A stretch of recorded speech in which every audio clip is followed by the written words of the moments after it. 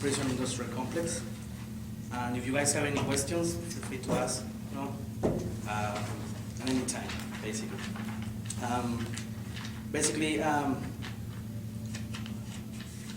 I myself am a prison abolitionist. And what does that mean, basically? What is a prison abolitionist? It's a person who truly believes that prisons shouldn't exist. For what reason? It's because in our case, in our society, in our country right now, we see the fact that prisons don't work. There's nothing about that you can say about prison, like prisons are there to help rehabilitate the people and educate the people. That's not happening right now. What I see right now is like, who are the people who goes to prison? The majority of people that are in prison right now are like black people, Hispanic, people of color, poor people, and also people with disabilities, homeless. That's a major target of the prison industrial complex too. And the same case of slavery. Why we should abolish slavery? Because it's cruel, because it's inhuman, because it doesn't help society, because oppress like a certain type of people. The same with the prison industrial complex. And there is so many parallels between slavery and the prison industrial complex. So first, what is the prison industrial complex? So the prison industrial complex, to be clear, is a multi-billion-dollar industry. And when I say multi-billion-dollar industry, it's basically like billions of dollars are coming from this like horrible business. And also, prison industrial complex is part of capitalism. I will say it's a product of capitalism. And it's one of the worst aspects of capitalism. If I want to put it in that way, I will say like the prison industrial complex is like capitalism on steroids, basically. Basically, how the prison industrial complex works is really easy. You have your legislators, your politicians, and you have your corporations, and you have the media. Those three like different aspects of our society work together to incarcerate like millions of people, and to profit from that, basically, to profit from human beings. You have your politicians first, passing laws, help like putting laws in action, that is going to criminalize communities and certain type of people. Black people, people of color, the working poor, Then you have your corporations, the ones that profit from that, the ones that are running, putting the money in there, are like putting money in politicians, into their campaigns. So these politicians, when they get elected, they can return that favor, to these corporations start passing these laws right now. So, and the media, the media play like a simple role in there, a simple but important role. The media is, you like turn on your TV, your new station in the radio, and most of the time you're gonna hear about like crime, and how crime is horrible right now. How crime is like, it's getting big and it's out of hand right now, so we need to be tough on that. We need to start like passing even more laws to like regulate that, to secure our communities, But when we say to secure our communities, what are we talking about? What kind of communities are we talking about? Are we talking about secure our communities, poor neighborhoods, secure the ghettos, secure the barrio or the reservation? No, when the media talk about secure our communities, basically it's simple, let's secure our white suburban communities. Because in the other communities, that's what crime came from these communities, to these other communities. They're supposed to be peaceful, they're supposed to be like clean, And also, there is 3 major corporations right now in the prison industrial complex. To understand this, we have to understand that in the 1980s, we didn't have basically any private prison in the United States. But during the 1980s, we seen like the rise of different like political agendas, and also the passing of different laws. We have 3 different laws right now, that are part of the industrial complex, and help this multi-billion-dollar industry. We have the war on drugs, the war on terrorism, and the 3 strikes law. And I want to talk a little bit about each of these laws, and what is important. We need to realize first, what you guys know about the war on drugs. Why are you hearing the news about that? We hear all the time there is an epidemic of drugs, and we need to control that. We need to stop that. how the United States fighting the war on drugs first. The United States fighting the war on drugs is putting a lot of money, sending the military apparatus to another countries to study drug trafficking. Colombia, Peru, Bolivia, especially South America. Because the cocaine came from all these countries, because they're a major, one of the majors, crops that is the coca leaf.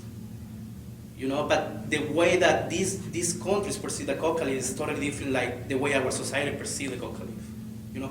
For a Colombian indigenous people, for a Peruvian indigenous people, or for Bolivian indigenous people, the coca leaf is not like something dangerous. Coca leaf is part of their tradition. They were growing and using coca leaf for thousands of years, and they didn't have any problem with that.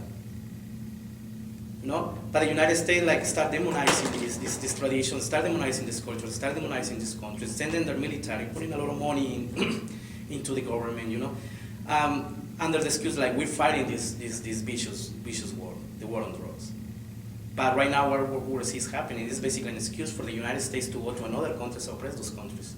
Like Joshua say, for example, the United States invest a lot of money in the drugs on war, but that money is used to fight, revolutionary forces in different countries. In Colombia, you have the FARC, in Peru you have the MRTA, and in Bolivia you have different groups that are helping indigenous people too, So that money, instead of going into fight, to help the peasants, to help indigenous people, to improve their lives, to helping them maybe not change their crops, but start replacing eventually with another kind of crops, because they're never gonna eradicate their crops. It's part of their culture, Instead of doing that, that money is using basically to fight all these different revolutionary groups.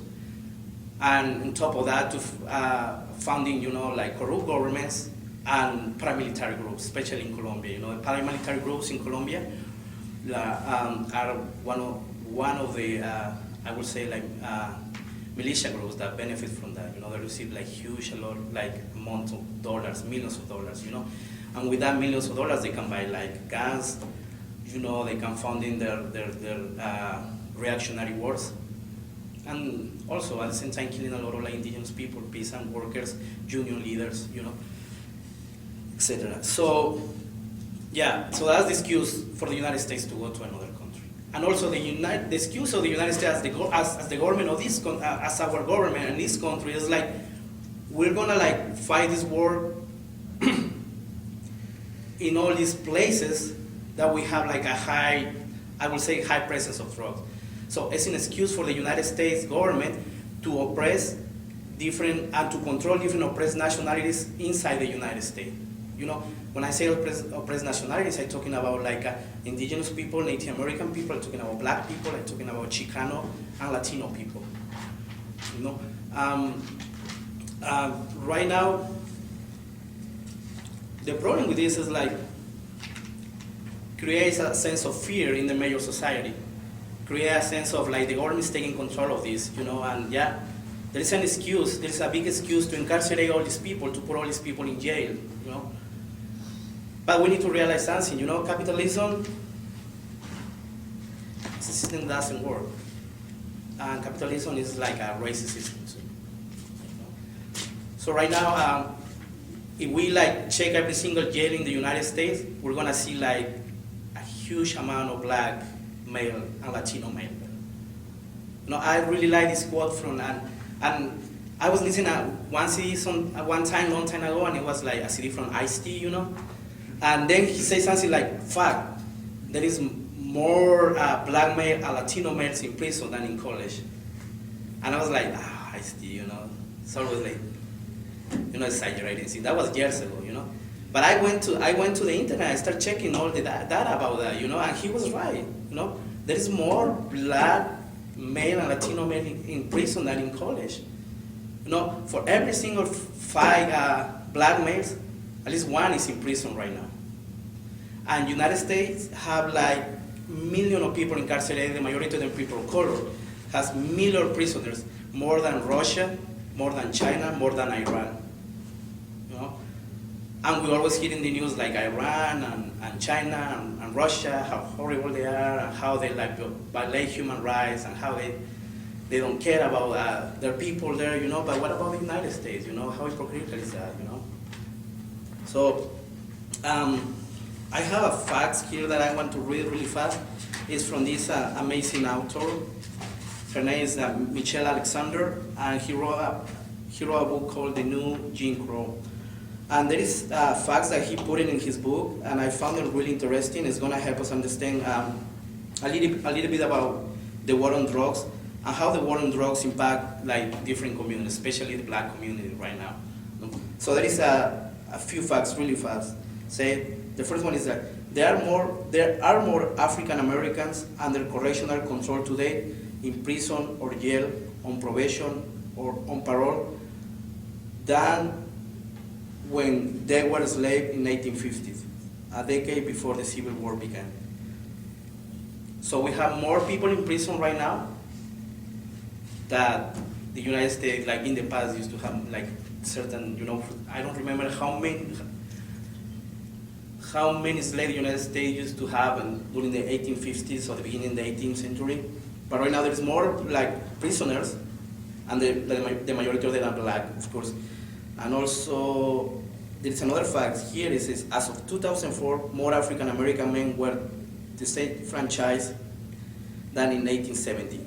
The year the 15th Amendment was ratified, prohibiting laws that explicitly denied the right to vote and basic rights. So, what is basically happening right now? We see like a lot of like black youth in the ghettos of this country that don't have any other, I would say, experience than going to jail.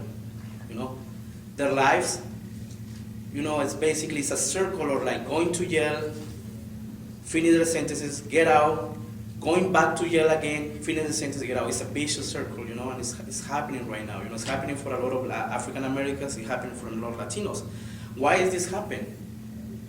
You know, our government and a lot of these corporations, like involved in the prison industry companies, always like praise themselves about like how they're like doing like a great job educating and rehabilitating people. No, but that's not happening really. You know, the amount of money that they're like basically making from this kind of business is huge compared to the amount of money that they're putting in rehabilitation programs and education programs. I will say basically there is non-existent rehabilitation education program in the jails of the United States right now. So let's talk about really fast like about a city like Chicago who have a highly presence of African Americans. What happened there right now? You know, really fast. This guy says something really important here, saying these men are part of a growing undercaste, not caste. A group of people who are permanently relegated by law to an inferior second-class status. They can be denied the right to vote, they're excluded from juries, and legally discriminated against employment, housing, access to education, and public benefits, much as their grandparents and great-grandparents once were during the Jim Crow era. You know? So what's happening? You go into jail, you get out of jail, you can get a job, you can get an education, you can even vote right now, and if you're interested in voting, you know, you can have any like any impact in society.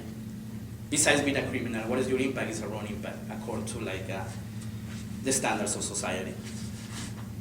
So to understand a little bit about this, is like we need to realize like when the drug on war start, basically. The first president to use the term the drug on war was Nixon 40 years ago. But the one to put in practice that was Ronald Reagan during the 1980s.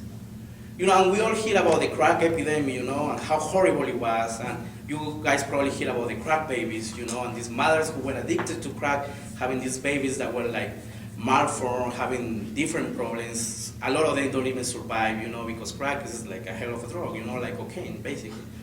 You know? So it's basically all these fears and all this propaganda was used by the government to pass this like a really hard law. These really hard laws, and we need to like see a little bit what is crack and what is cocaine, Crack is a derivative of cocaine, basically. And there is studies right now, it was a study from Harvard University from 1997, it says like the level of toxicity and addiction of crack and cocaine are not different at all. It's the same thing, basically. Of course, cocaine, the powder, you snort, and crack, you smoke it. That's the only difference, but the level of toxicity and addiction is the same. But why are we targeting crack so much? Why are we using that excuse that crack is even worse than cocaine? What are you seeing? It's really simple. Because it's prominent in the Black and Latino communities. Exactly. Because the crack cocaine is the drug of the ghetto. And cocaine, the powder, is the drug of like the white circles, the glamorous drug. We see in TV like rock stars and movie stars using cocaine or talking about like, cocaine, blah, blah, blah, It's the stigma associated with crack. Like the people that use crack are criminals, the people that use crack are like deviants, the people that use crack are like crazy people, and the majority like let's say are Latinos and African Americans, compared to like the use of cocaine powder is mostly white people using that. One of like the aspects that I found really, really like horrible is the ratio, the sentences ratio between crack cocaine and cocaine powder. Okay, for example, if I'm in the street right now and for some reason I use crack, and I get caught with 5 grams of crack, I can go to jail for 5 years. If I get caught with like 10 grams with crack cocaine, I can go to jail for 10 years. In the other side, if another person, let's say that person is a white person, get caught with 5 grams of cocaine powder, not with 5 grams of cocaine, but with 500 grams of cocaine powder, that person go to jail 5 years. The same sentences that I have if I get caught with 5 grams of crack. So it's that disparity that is like horrible and it's basically racist. You can get caught with 10 grams of crack, you're gonna be sent to jail for 10 years.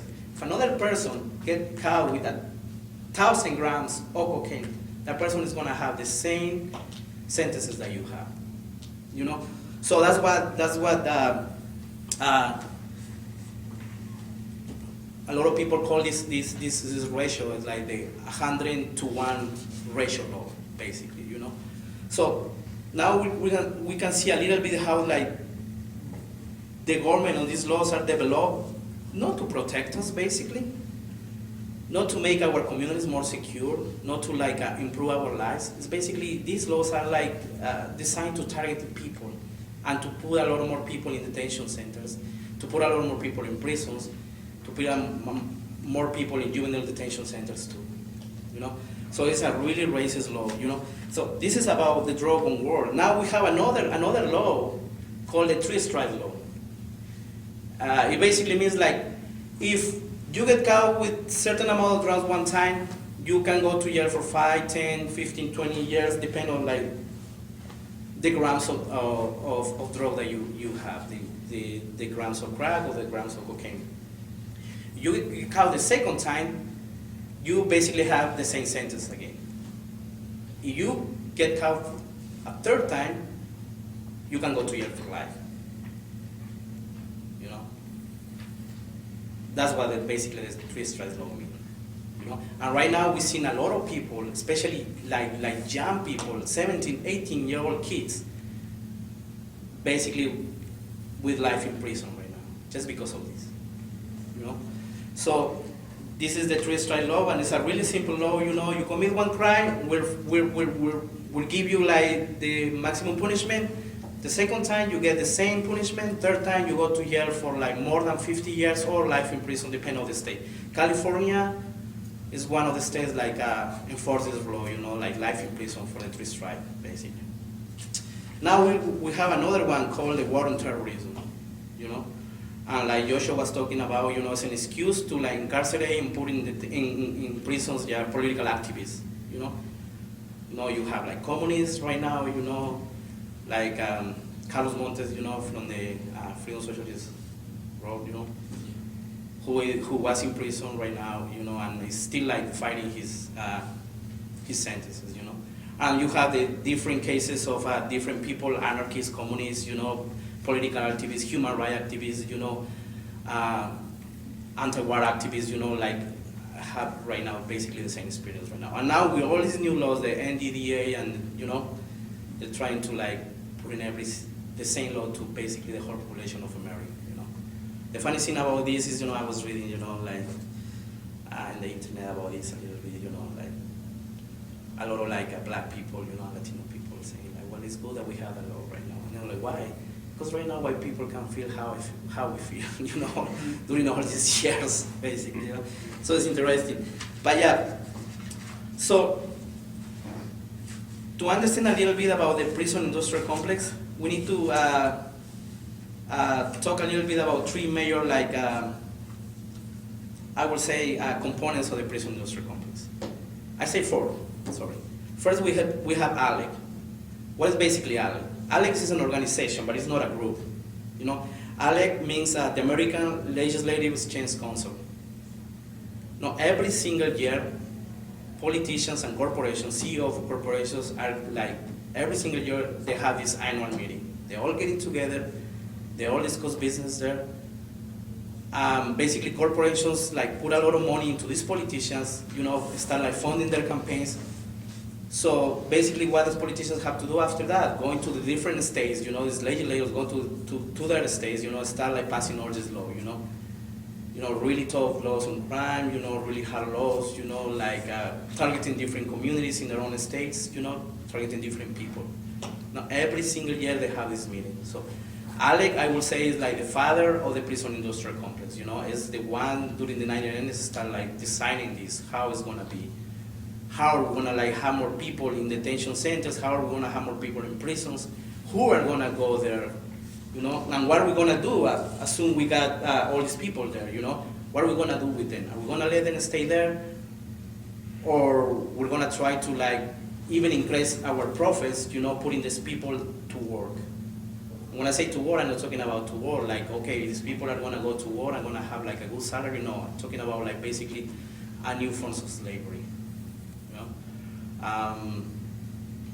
You can go to jail, and you're basically forced to work for like a slave wage, 20 cents an hour, $1 a day in some prisons, And the liberal excuse is like, well, these people need to pay their debt to society, Since that people is already there, well, let's put them to work.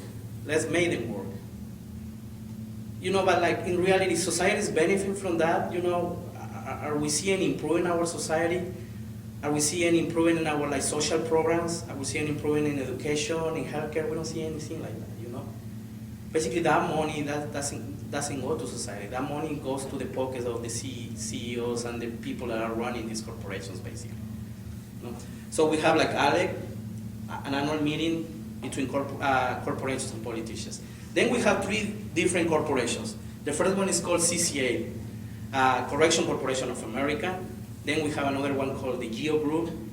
And then we have another one called the NTC, the Management Training Corporation.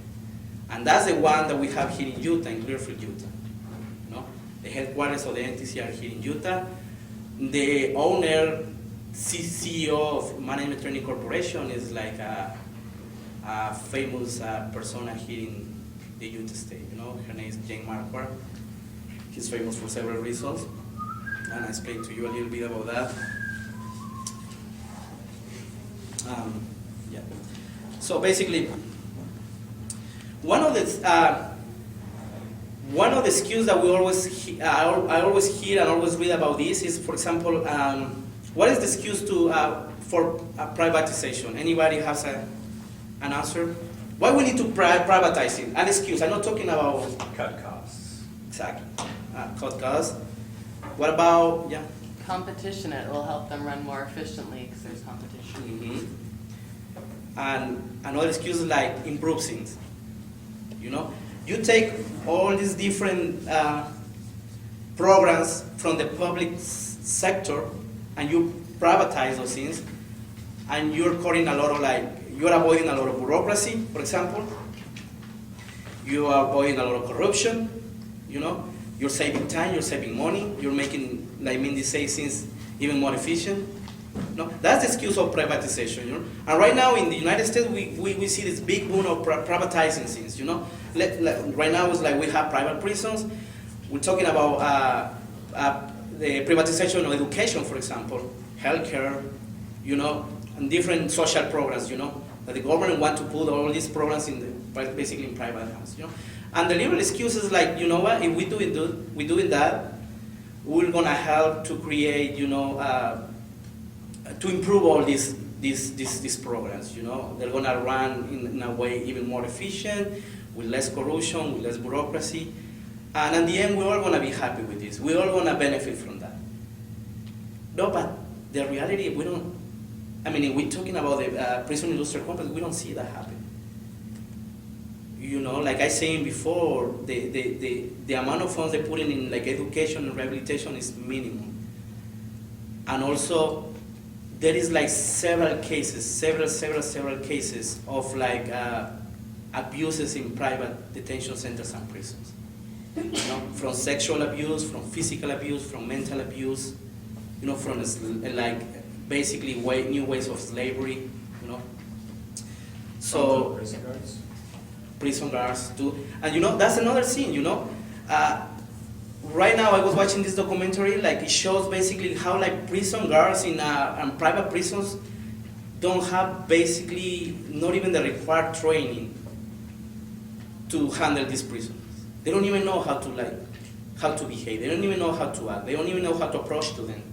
They don't have any training. You know, they're basically hiding every single one. I mean, you right now, let me tell you this. If you are like a soldier right now, you go to fight in Iraq, you know, you come back from Iraq after a 1-year tour, you know, with your brains all messed up, you know, with a lot of problems, with post-traumatic stress disorder, you know, go to any of these corporations and ask for a job and they're gonna give you immediately. You know, you're gonna get a job as a prison guard immediately.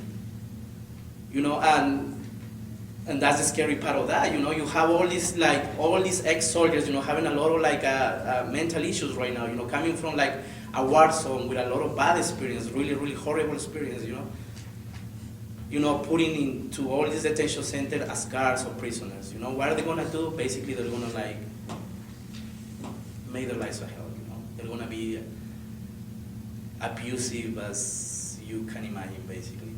You know. That's another issue too, you know. I mean, if they're like making things even better, if they're like privatization makes things better and privatizations like help the prisoners, you know, what are they doing with these guards, you know? How are they doing? Are they having a psychological like test, you know, to see that they're up to that kind of job? If they're kind of like really like basically behaving in the way that we expect from a guard, basically. You know, what we expect from a guard, I guess we don't expect a nice person, but at least we expect a fair person, right? A person that like at least can have the minimum of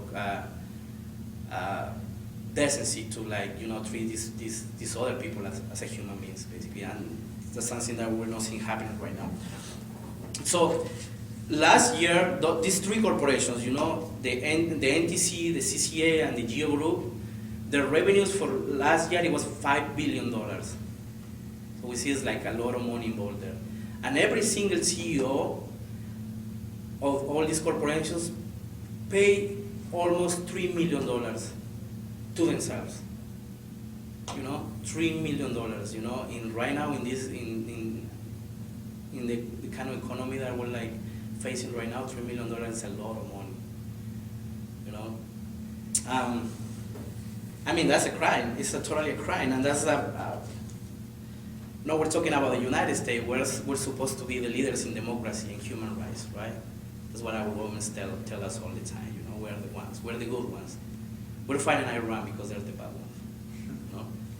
Because they're the horrible ones, but we're the good ones. We're bringing democracy to the rest of the world. But that's not happening. You know, we can't even have democracy. We can't even have liberty and freedom in our own country. How are we gonna like bring those concepts to another parts of the world? Okay. So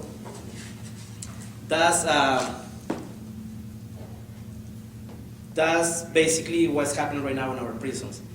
Right now, there is another issue of the prison industrial complex. You know? And this is an issue that is really for me is I've seen it in my community, I've seen it in a lot of friends of mine, you know, is the issue of immigration. You know, the prison industrial complex loves immigrants. You know, this corporation loves immigrants, but not for the right reasons, you know.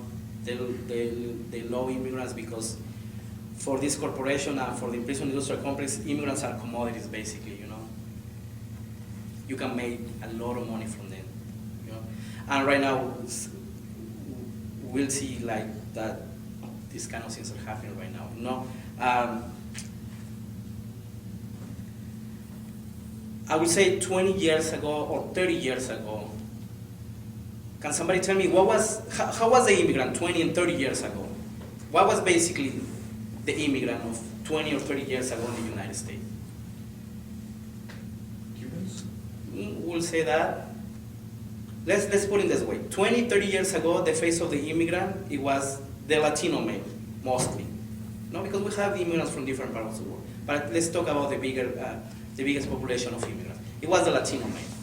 Coming from Mexico, coming from South America, Central America, you know, a lot of them like crossing the border, you know, to came here in the United States.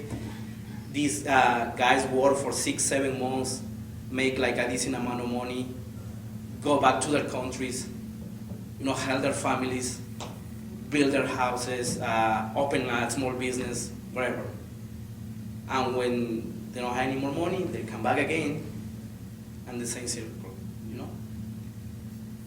But the new face of the immigrant in America is a totally different face, you know. It's not anymore the Latino male crossing the border, making some money, going back to their country, coming back again. You know, the new face of the immigrant is people that were living here 15, 20, 25 years. You know? People that already have families here. You know, parents that they have kids, and the kids are American citizens. Kids are not like Mexicans anymore, those kids are not from South America anymore, these kids are from the United States. They don't know any other country, this is their country. English is their first language. A lot of them don't even speak Spanish. No, their parents speak Spanish, they don't speak Spanish. You know? So that's the new face of the immigrant in America. Is people that were living here for 15, 20, 25 years, have kids there, they're married here, they're like, found a partner here, found a wife or a husband here, and start a family here. Now we see all these like immigration laws, you know, passing. In Arizona, we have SB 1070, you know, 2010. And who was behind all these immigration laws, especially the law in Arizona? It was again, you know, the ALEC group, the CCA, and the GEO group, and the NTC, of course, in a small way. Those were the ones like putting a lot of money into those politicians. I don't know if you guys know this, but like the NTC, the Management Training Corporation from Utah, gave like Russell Peirce, you know, the main brain of SB 1017, like it seemed like how much? $1,000, $2,000, Yeah. in three different times, you know. They're claiming like their excuse is like, well, we don't give it to him specifically because he's passing this anti-immigration law. We give to any politician that support the prison industrial complex. We give money to any politician that support it. But come on, if you're giving money to Russell Peirce, who is the main brain of SB 1070, that law that criminalizes immigrants in Arizona, you're doing it for a reason. You know? The reason is clear, you know. You want those immigrants to go to jail. You want these laws to pass so you can profit from that. You know? The same thing happened in Alabama, the same happened in Georgia, the same thing they're trying to do here in Utah. You know, I don't know if you guys are aware of this. In February, there is a court session to see if Utah is going to pass this new law, HB 497, that will make basically Utah like Arizona and Alabama. Their claim is not going to be that hard, but we never know. You know, so now we see all these corporations investing really hard into all these like anti-immigrant laws and, you know, in detention centers. You know, basically CCA was the ones who say, or Alex was the one who say, like, basically the immigration is gonna be like the bigger like businesses for the next decade. So there is a lot of money in immigration. There is a lot of money from immigrants. So we need to do that. We're gonna do that. How they do it? Well, they have the media with them. They have politicians with them, and they have a lot of people. Support a lot of people in the United States. People that basically read and like believe every single thing that the media say. So that's the issue with immigration.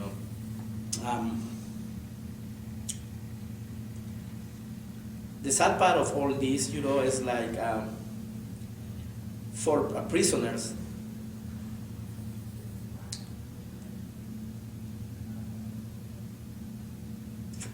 for them to be treated as human beings, take them a lot of efforts, a lot of organizing. I don't know if you guys know this, but the prison rights movement, it didn't start in the Mayo Society. No human rights groups held them, no African American groups held them in the past, no Latino or immigrant rights groups held them. The prison rights movement started inside the prisons. It will go to the history that we never learned in high school, we never learned in college. How this happened. We're gonna see prisoners. I don't know, these brutal murderers, criminal savage that society want us to believe, that they are. One of the major moments of prison history was the Attica Revolt, 1970, New York. All these prisoners, they get tired, they were for years, you're suffering different kind of abuses, their food, they were denied food, they were denied medical care, they were denied education, and they were denied basically basic human rights. They were physical, they were abused every single time. There was a moment that all were tired of that, and that's what happened in the Attica Revolt. The Attica Revolt, it was I would say it was such an impressive tiny history.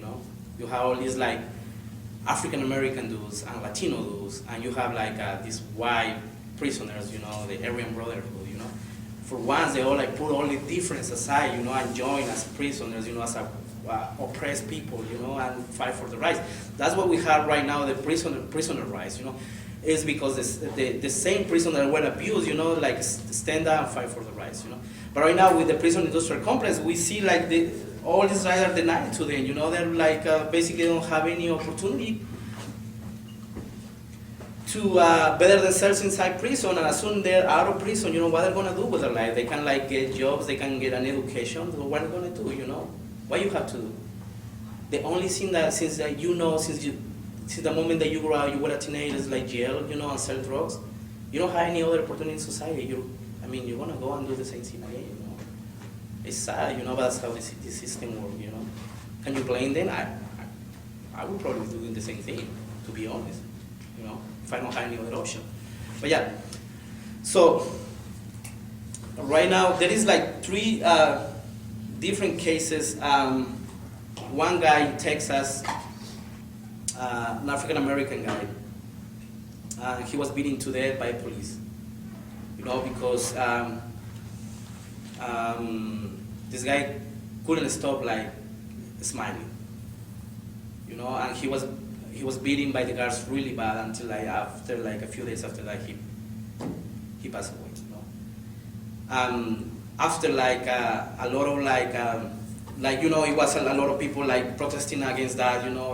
Relatives, friends of him, people inside the prison. They started running investigation about that. And they realized that this guy, basically this African American convict, was basically a guy with a lot of mental problems.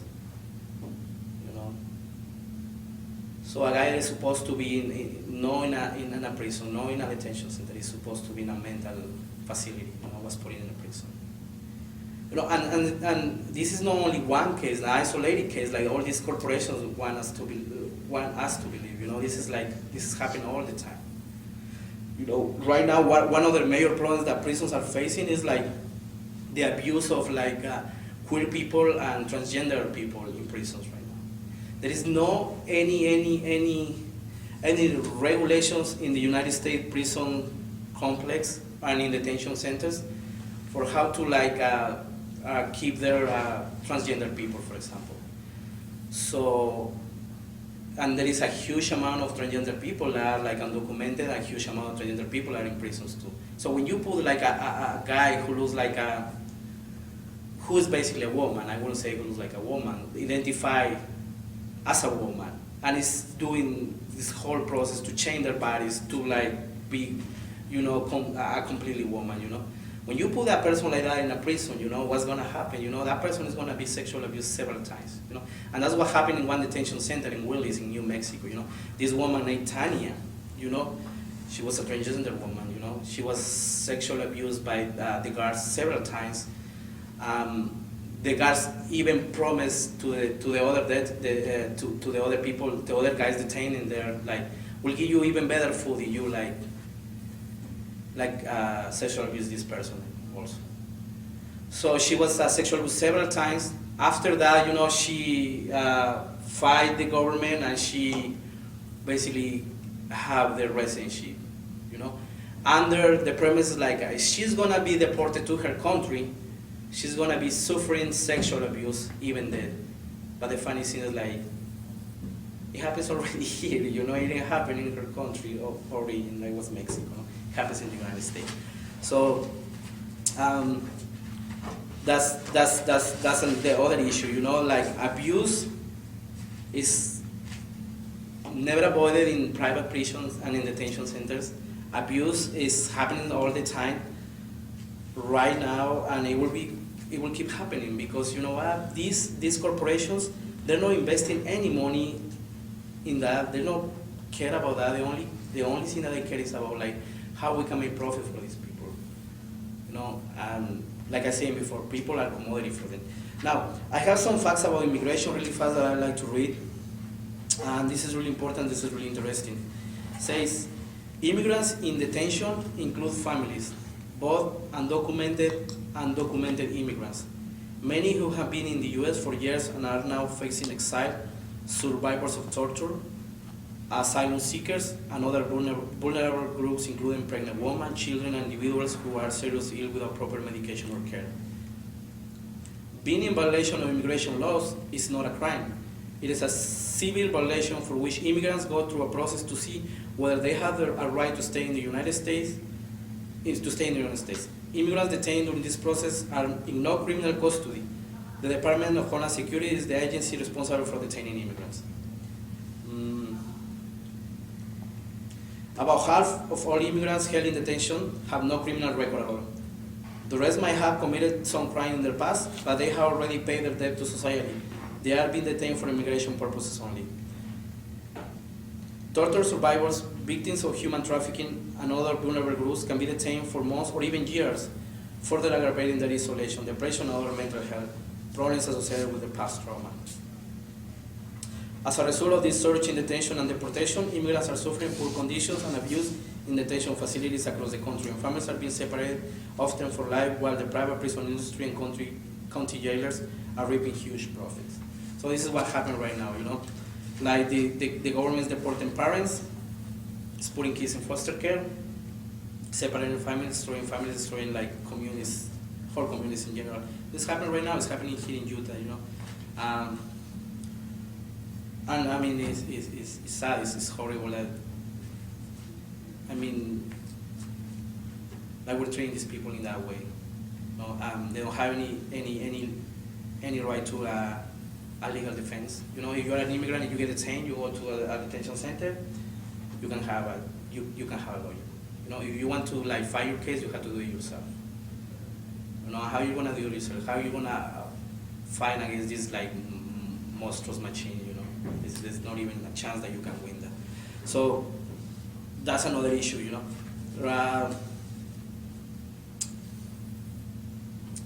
We have like 2 meetings. I would say like a couple of weeks ago. We have one meeting with the NTC, the Management Training Corporation, and with the CEO called Jen Marquardt. And she's famous in Utah because she's a lesbian. So she's well known in the LGBTQ community here in Utah. She is a lot of like gay activists talk really highly about her. You know how generous she is, how like wonderful she is, how like she's supporting all these like righteous causes, you know, and helping the LGBTQ community. You know, they were the ones who like contact us to have a meeting with them. You know, so we went there. It was myself and 2 other like comrades. You know, we were there and we sit there and we start talking to them, and we didn't have any other request for them. You know, our request was like sincere and was straight and honest. You know, when they asked us what you guys want us to do, we basically say, well, stop putting money in private prisons and detention centers. Yeah, for them, well, like, for us to say that to them, there, I mean, they say they couldn't do it, you know. I mean, 52% of their business came from private prisons. You know? So then they start asking us why we want that, and we raise all these issues, you know, like specific cases of abuses in detention centers and private prisons run by the NTC. The only answer that we have from the CEO is like, well, if that's happening in one of our like facilities, that would be totally horrible. I mean, the 3 of us, we looked to each other and I was like, actually, this is what happened in your facilities right now. It's not like if that will happen, this is happening right now. But these people are really naive. These people really believe in their own lies, you know. I mean, there's no way. I mean, for them to go and be able to sleep during the night, I don't let their conscience like start eating them, you know. They have to believe their own lies. No, and basically, it was a really like tense meeting, you know. But at the end, our only answer for them was like the NTC was doing a lot of business like in a really secret way, you know. And we're not gonna let that happen anymore, you know. We're gonna right now our goal is to start like educating and raise awareness in our community, you know. Right now, you guys are part of this community. You guys are profiting from these people. We're not gonna let that happen, you know. For a long time, you guys were like, you guys will be able to do run all this business, you know, and nobody knows about that, you know. But we're not gonna let that happen. And to Jen Marquardt was basically our answer is like, every single organization, every single person that take money from you, that receive your donations, it has to be accountable for what they're doing. They need to know where this money came from, and they need to be aware of this, and they need to answer why they're taking that money. And that's how we approach Equality Utah, you know, one of the major lobbyist groups for gay rights. You know, we approach to them in the same way too. We didn't have a clear answer from them, is they're going to stop taking the money or not. They say they're just going to talk to the board and see what they're going to do after that, you know. But, you know, I mean, we're working on that, you know. We need to stop this. You know, this is part of our society that a lot of people don't even want to think about that. You know, I mean, prison is horrible, and prison is not it's not pretty. You know, but you know, people are they're no criminals. You know, you have a lot of people are like wonderful there. You know, you have a lot of political prisoners there. You know, and you have people that are really smart inside prison. You have a lot of people like with a lot of potential. I would say like prison is a breeding ground for revolutionaries too. You know, like prison is a place when a lot of revolutionaries get educated, and a lot of like let's say like your normal kid, your average person can become like a revolutionary, can become an activist, can become like a really powerful person. You know, we see through the time, you know, see the Panthers, you know, educating themselves in the prison. We see Malcolm X educating himself in prison. You know, so we see the people of Vatican. So what we can do to stop the prison industrial complex, because this is a monstrosity. What we can do? First, I will say like one of the best things that we need to do is divest. You know, for sure, every single bank, if you have an account in any bank, Wells Fargo, Bank of America, Citibank, Chase, you know, any single bank is putting money into this, into the prison industrial complex. Every single man is funding and putting a lot of money into these like corporations and politicians.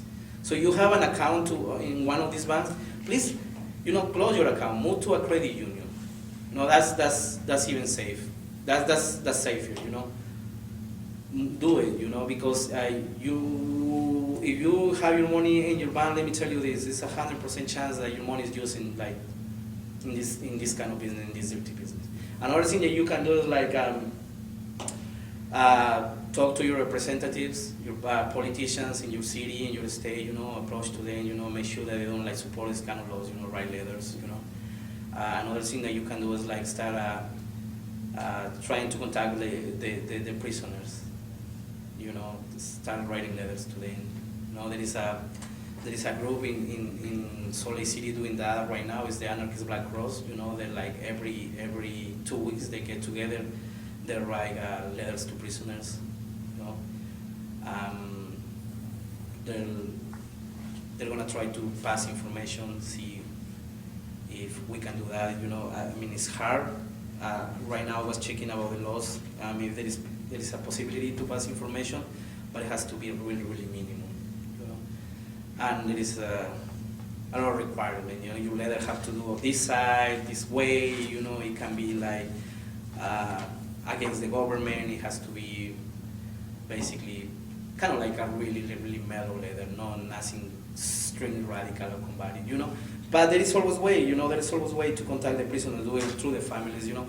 Another, one thing I really like was the group in Chicago, you know, they were like passing information, you know, putting information in with the families, you know, approaching the families and putting flyers, you know, inside the bags of chips or like bread, you know. So the guards don't even notice that. So there is that also, be aware, you know, be aware because right now Utah is a state that we don't have any private prison here.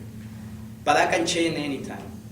You know, that can change, like, could happen next year, happen in 2 years, it could happen at any time, you know. As soon as a law is passed, you know, that allow these corporations to start, like, investing in private prisons or to make one of these public prisons a private, that will happen immediately, you know. So be aware of those things, you know, because that can happen. Also, one of like the questions that we have from the NTC, and this is the funny thing, they say to us that they feel kind of like they're a target because we're like targeted them, and they were like, why you guys don't start working in the public sector too? You know, why is always the private sector? Why we are the evil ones?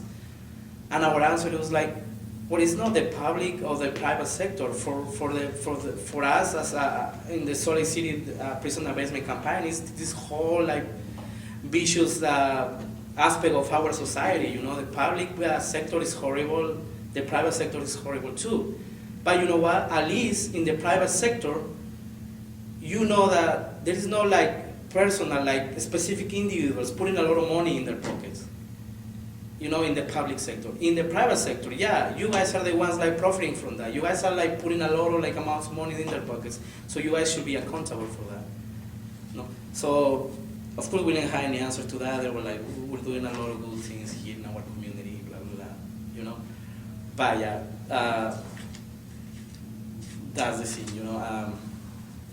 Private and public, they're all like together. They all like oppress these people. I would say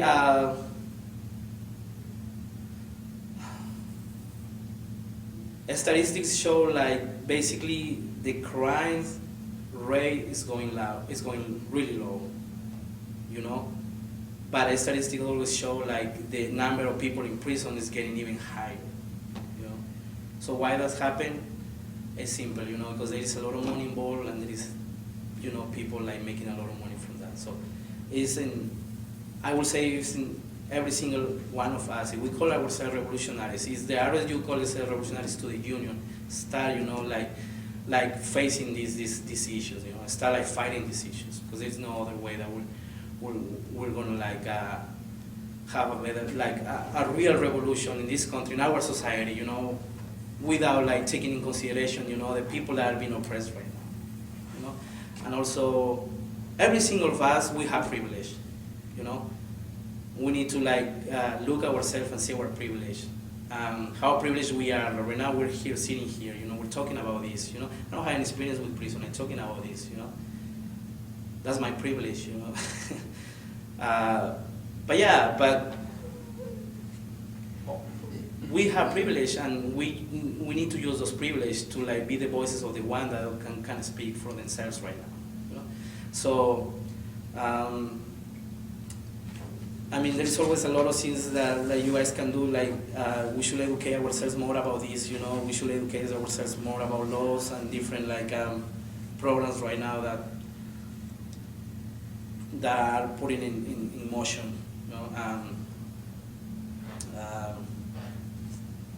I would say that. I don't know if you guys have any questions about this. Excuse me. The prison, like, so obviously, like, prisons have a source of like almost free labor, and that's part of it. But also, Oh yeah, that's something that I forgot to mention. but, yeah, I just wanted to like, I mean, they also obviously like they build the corporations build the government as well, right? Mhm. They build by prisoner and. Yeah. Well, how the money flows is really interesting, because basically you have corporations. You know, they start investing in approaching different business. You know, it can be like, yes, Sorry, maybe, how do they make money? how they make money. Yeah, is it Okay. is it like cattle? Like they have 20 people, each of them's worth $100 a month. Exactly. Okay. One person, right now, for every single immigrant that gets detained, these corporations have like made like $200. Who pays them? The government. They get contracts. Your taxes. Okay. Our taxes. What about just like Joe Schmo, white, black, it doesn't matter, just someone that gets in trouble? Is it the same amount of money? Same amount of money, yeah. But for every single immigrant, the contract right now is $200. For every single prisoner, it's $40. So who pays for that? These corporations get the contract from the government. Government pays for that. Our taxes pay for that. And that's like that's the level of criminality of that. Because the government is putting a lot of resources, a lot of money into the prison industrial complex, paying these corporations to keep these people incarcerated, not to rehabilitate these people, not to educate these people, basically to keep them incarcerated, or to keep the vicious circle of like, you get incarcerated, you get out, you commit a crime, you go back to jail. No, because that's the only way that they can make money. So the government is putting a lot of money and resources into these prisons and detention centers, you know, to keep all these people basically in detention. But on the other side, the government is not putting any money. Right now, the government is not putting any money in education. The government is cutting social programs, you know. Healthcare is bad, you know. Unemployment, mass unemployment is horrible. So that's the level of criminality of that, you know. How you're putting so much resource in incarcerating people, you're targeting people, and at the same time, you're not putting any money to preventing that. You know, what is the best way to prevent crime? Education. Education, exactly. Education. And we see right now, now we're talking about high schools and elementary schools in poor areas. You know? How are the chances that all these kids are going to go to college? The opportunities for them to go to college compared to a high school in a suburb, you know, what are the difference? I mean, you guys, I mean, I've been in Harlem, you know. I know how it's like high school there. I've been there for 1 year, you know. And it's horrible. I mean, high schools are basically like, let me tell you this, a high school in Harlem, and I'm pretty sure like a high school in East LA and South Central is the same, you know. It's like a small prison, basically. You have real cops there as a security. You have metal detectors in the exit and the enter of the school. You have laws, you have curfews. You know, I mean, you don't go there to receive an education. I mean, you just go there because, I mean, your parents send you there, you know, but you grew up with that, like, state of mind, you know, and living in, like, and something is almost militarized, you know. I have to behave in this way. I can't say those things. I can act in this way because I'm gonna get like a ticket, or I can get sent to detention, or do this, or this or that happened to me, you know. So education in the United States is like I would say it's a really segregated business too, you know.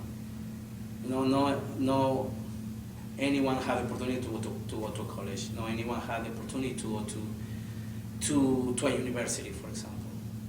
You know, there is like a white middle class or colored middle class people. They can afford to go to college. They can afford to go to a university.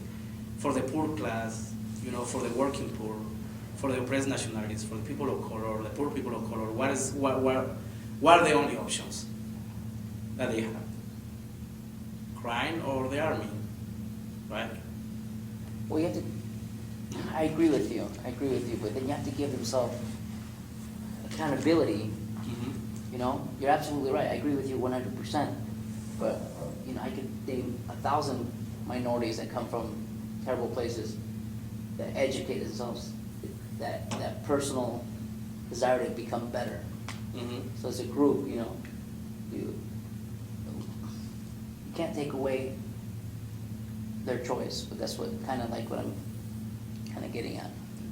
I mean, I don't know if you want to speak to that, so I just. Yeah, I mean, when we talk about choice, what are we talking about? I mean,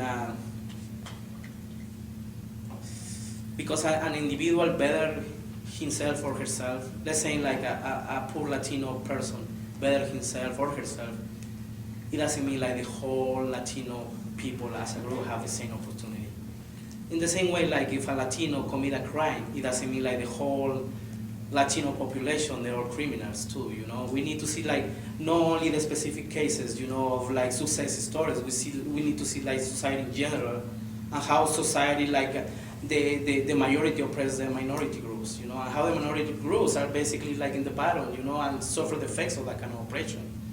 You know, as it's a systematic levels of oppression, you know, and as a whole, of course, these groups are oppressed, and these groups are being targeted to go to prison, and these groups in high numbers are going to go to prison. Okay, so the question is, we know that's the issue, but how long are we going to be able to say they're oppressed, 20, 40, 60, 70, 80 more years? It's going to continue until we do something about to say, hey, let's change that cycle, but what are we going to do to change that cycle? Or we're going to talk about this for 30, 40, 60 more years, and it's going to be the same thing. Yes? I just wanted to say, like, as far as like the oppression currently, and as far as like as it feeds into like the prison industrial complex, like it's very interesting that like actual African Americans here in the United States consume 12% of the illegal drugs in the United States, yet they represent 70% of drug-related incarcerations. So there's still like a racism that's very embedded into at least into the judicial system. Of course, I think into the capitalist system as a whole, but we can see it. We can see it statistically in the judicial system. But maybe just to also speak with what you were just talking about, like what is agency and what is choice, and we can't just assume like and I think part of the American farce is that we're assuming there's an equal level playing field, so what is agency within a certain community and place, and what's agency within histories of oppression, and also when we think about individual choice and individualism, like how that is oftentimes, unfortunately, individualism and accountability that means having to leave your community and having to then, what is then assimilation and leaving community, whereas what is it to stay within a community and resist and struggle, and we often also use like individuals that overcome to be like, look, that person can do it, without seeing the structural, the daily, the racism and how that lives on lives and bodies. And I think letting a few people go through is the way to be like, look, everyone can do it. We have a black president, you know. And then I also, I guess, to talk about, you know, when can we stop being like, oh, the press, it's in these cycles, but like. I agree, but see, the more you, my opinion. Yeah. The more you talk about the oppression, you're actually feeding it more power, though, because You're giving it a reality. But it is a reality. I know until you change it though. It's been talked about for so long, and people are like, I'm Latin American. I've been oppressed, but I'm sick of saying I'm oppressed. I'm not oppressed. I choose not to be oppressed. I'm educating myself and doing something about Yeah. it. But the person that decides to say, "Oh, I've been oppressed my whole life," well, you're going to continue to be oppressed until I educate you and say, "Hey, let's get you educated. Quit being that, because you're going to do that because you're doing that to yourself." Yes, there's this capitalist government that's doing that, and he's going to keep you there, but you choose to be there because that's all you want to know. Because it's like, damn, I'm oppressed. Does that make sense?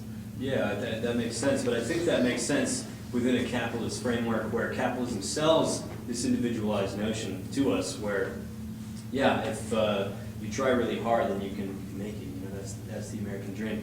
But I think at least maybe what Victor is saying, is that this is what I'm getting from it, is that this is happening on an institutional level, and it happens with the total sum of social conditions that we immerse ourselves in, on the legislative system, on the economic system, and on a social and cultural system. And it should be fighted on all fronts. I mean, I support this sort of liberal helping an individual rise up. That's very nice, but. I would say like, I wouldn't wanna- I would say like, and this is coming from my own background and my own political talk. I would say like, to end oppression, that's never gonna happen until like we end this capitalist system, to start, right? Yeah, we can have like individual stories of success. People are rising for like backgrounds of poverty or oppression and became a success person. But as an oppressed nationalities, as a group of people, I'm talking about Native Americans, blacks, Latinos, that's never gonna happen. This is a racist system, and this system is never gonna change, since the beginning.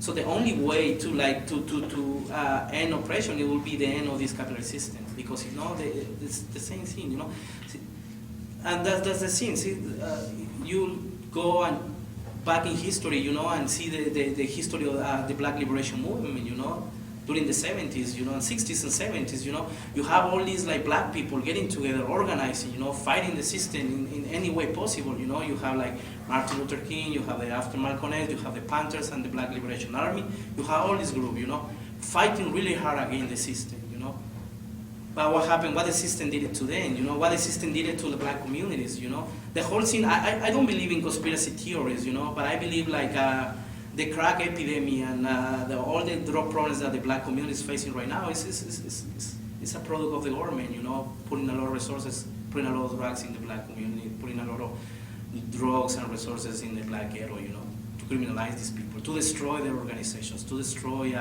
the level of self-awareness, the level of conscience on being proud, on being like, being proud to be in that way, in a good way, of course. Being black and being proud, So what happened, you have the 60s and 70s as the boom of the Black Liberation Movement, They're all getting organized and they're protesting and fighting the system, But then you see like a huge repression from the government, And the government agencies, like incarcerating them, killing them, basically murdering them. After that, we see like the level of the rising of the drug problems in the black communities, and they don't have any leaders, they don't have any political organization anymore because the government destroy and oppress all the political organizations they have and kill the leaders, incarcerate the leaders.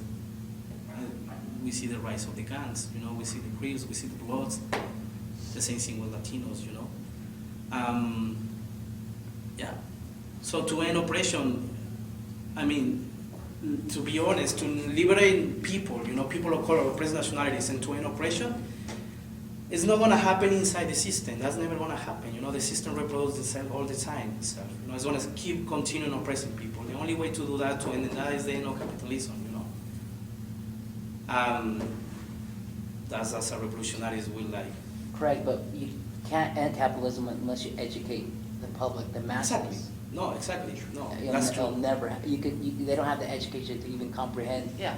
You ask someone that, to an oppressed person, communism and socialism will be the best thing in the world. But you explain it to them, they think it's the worst thing in the world. Why? Because they lack the education to understand it. Exactly. Well, and I guess if I could like just speak, I completely agree with you when you were saying, to be like, oh, I'm oppressed, and because and So then what do you do with that? And like to educate about how oppression operates, I think is different than just saying, oh, I'm oppressed. Because the larger system wants how each of us are victimized or oppressed is different, but the larger system wants you to be, like you're saying, just to give up and say, oh, we're oppressed, and when do we stop saying that? So I think there's that, but then there's a difference to understand and think how oppression operates and how it operates structurally and systemically, and how, like Victor's talking about it, and then also how it operates, like you were talking about how we internalize it and how to get that off. But then for me, and like they're talking about too, like outside the system and shaking up, you can like group together as resistance and fight for like self-determination, or you can do it like the individual, like, oh, I'm gonna get up, and then to me that's like a reversal of roles, like, oh, I can get an education, I can get a nice car, I can get a nice house, because then that's like an individual assimilation just to be like what the white man with property can do. So it's not like shaking the larger structures, and then it's always gonna be, because that's how we think of equal rights now, is if you have money. And that was kind of a longer tangent, but. Yeah. Like as revolutionaries, we don't want to maintain like a victimized mindset. Yeah. We want to educate about like how things do oppress, and educate so that people can stop being victims. I mean, both in their minds and in reality. Mhm. And also, one history of success, it doesn't embrace a whole nationality of a whole group of people. You know, I mean, you say you're Native American, right? No? Okay. Well, I hear you say that. Okay, in my case, I'm Latino. I could be success if I decided. You know, I could have a nice house, a nice car, and claim I'm not oppressed anymore. But what does that mean to the rest of my Latino people like me, that are immigrants like me? I mean, it means like they're not oppressed too, or they need to look up to me as an story of success, so they can like achieve the same thing. No, I don't want like, as a revolutionary, I don't want like individual stories of success. No, I want like whole communities, oppressed nationalities, group of people that can arise and fight for their own liberation and stop their own oppression. That's the goal. No, this is going to happen in capitalism. No, that's why capitalism needs to be destroyed completely. No, that's the only way. Any other question? Talking about the flow of money really fast. Yeah, that's how basically we pay these corporations with our taxes. The government uses our taxes, public money, to pay these corporations, and they make a lot of money. What they doing also inside the prisons? You know, you have a prisoner, you put him to work. You know, you pay them like a minimum wage, 20 cents an hour, $1 an hour if you are like generous, you know, and you make them work. You know, that's another way of slavery. Let's see what happened right now in Alabama. You know, Alabama passed this like a really like hardcore anti-immigration law. The fields are completely empty right now. The farms, you know, you don't have the immigrants to work for them. You know, you don't have any immigrants. All the immigrants are scared. They're like going to another state, so they're hiding basically. What's happening in Alabama right now?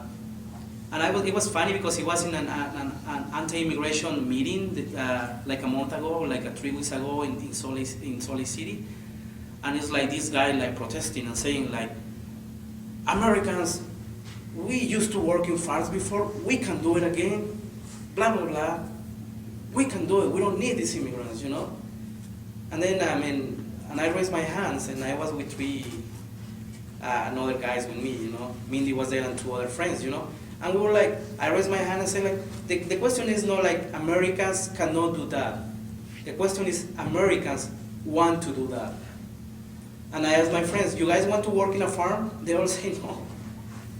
Do you want to work in a farm? Honestly, no. No one really wants to do that. You know, I want to do that. I don't want to do that. You know, I don't want to work in a farm. But it's people willing to do that. You know, it's people that are used to do that. Like Mexican peasants, you know, they're like, that's their life. You know, they know how to do it and they're good for that. You know, this is the kind of people that win in this country. But right now in Alabama, we see all these people like flying away. You know, they don't want to stay in Alabama. They're scared to stay there. What is the state doing right now? putting the prisoners to work in the farms and fields that right now are empty. Creating again, this cycle of slavery again, We don't have the immigrants anymore, so we're gonna put these prisoners to work there because no one wants to work these farms, no one wants to work these fields. Let's put the prisoners there, Because they're not doing anything. What a better way to make them like active and to be like, to pay their debts to society. Let's put them to work, basically. I was wondering if, and you kind of touched on this a little bit earlier when you were talking about like the anti-immigrant legislation and the money behind it being money from private prisons. But is there also an element of kind of the revolving door that you also see in the prison industrial complex where people who work for the corporations that are getting the military contracts are then also going into government positions or retiring out of government positions or military positions going over to these contractors, like the revolving door between the private and the public sector. Is there an element to that going here too? Yeah, it's happening all the time, basically.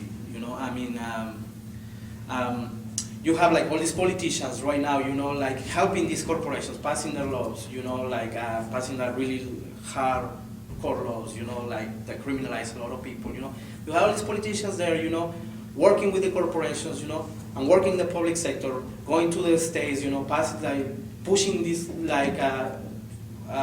pushing and talking for those laws, all the time, As soon as they're finished, like how long they can be there, 3, 4, 5 years, After that, same politicians go and start working in these corporations. They became the CEOs, they became the advisory members, they became like the executive presidents, all these corporations.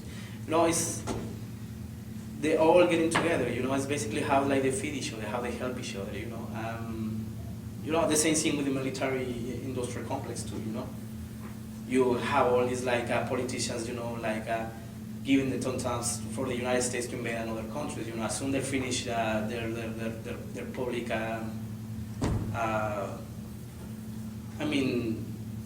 their public, let's say representation. They go and start working for these military companies. Like make the armaments. Provide every single thing that soldiers need in different countries. In Afghanistan. So it's always like that. And the laws, the laws are that they're passed, is basically designed, to like help the corporation and like screw people's lives, basically.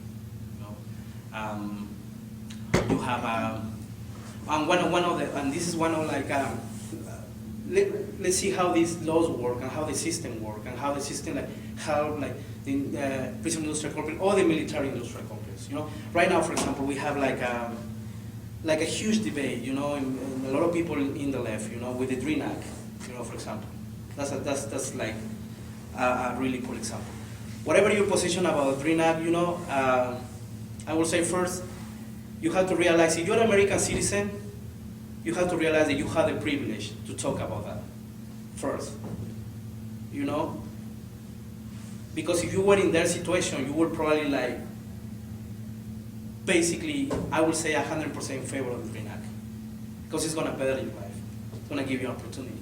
But we need to be really careful too because there is some sections in the DREAM Act right now that are really reactionary too, and we need to realize that, One of them, it says like every single kid at least have to serve in the military, If the DREAM Act passed, are going to make all these kids soldiers of the United States. It's that or education. It's that or education, of course. Is that education? Sorry. No, so you can choose going to a college. You have to pay for all your education, or you can go to the military if you don't have the money. You are poor. You are a bad dreamer. That's what I was reading the other day. You are a bad dreamer. You go and serve the military because you don't have good grades, because you don't have like good money. You don't have like no money, so you go into the military. And what's happening at that moment that you serve in the military, we're here right now that the border is going to get militarized, That will probably happen, So my biggest fear with the DREAM Act is like those dreamers that are serving in the military right now are going to be put in the border. Like, watching the border, patrolling the border. So the ones that were oppressed before, are going to be there, stopping their own brothers and sisters to come to this country too.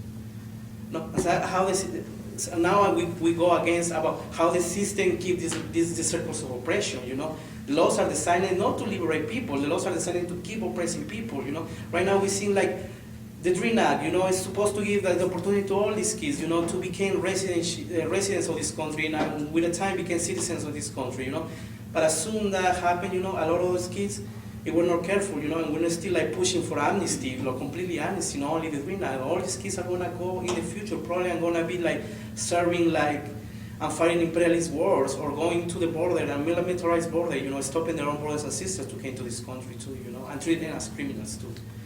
That's how the system is designed, that level of oppression, racism, institutional racism is always a vicious circle, it's never going to stop, This is, like I said at the beginning, this is capitalism on steroids, Basically the worst part of capitalism. I mean, capitalism is bad anyways, but this is like the dark side of capitalism, Basically. So, yeah. So do you think the DREAM Act will pacify people who are fighting for the long-term goal of amnesty, or do you think that's even like a long-term goal? I would say like the goal should be amnesty, definitely. And if the DREAM Act passed, hopefully that never happened, but history, yeah. No. History, or if you go back to history, like when a group of people get a little bit of benefit, kind of like stay there, don't still like fighting for even better things, Yeah. And hopefully that never happened, That's what I mean by pacify. Like, Pacify, yeah, calm the people. Yeah, that would probably happen, but we need to realize these kids, they're gonna, if the DREAM Act passes, these kids, they're gonna become residents and with the time citizens, but we need to keep in mind like their own like oldest brothers and sisters, their parents are gonna be they're gonna be undocumented no matter what. So for me to say they're gonna pacify those kids, I don't know, hope no, but I have a lot of hope that they, even if the DREAM Act pass, they keep like fighting for even more like radicals, laws that help every single undocumented immigrant in this country, like an amnesty, because in their cases you have to realize that their families are divided, like and I would say like every single immigrant family in this country, like my own family, half of my family there are citizens and half of my family are undocumented. That's the reality for Negro here.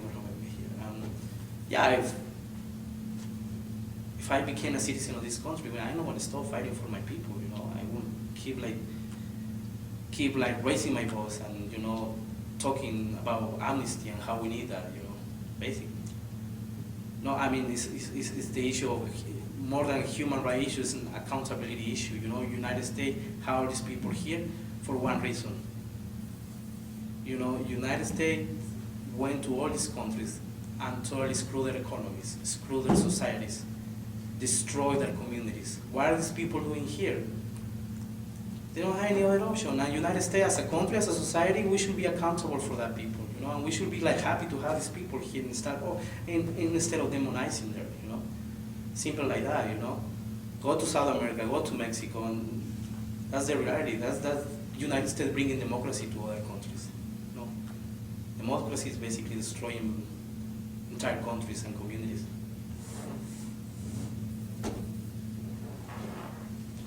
Well, any more questions?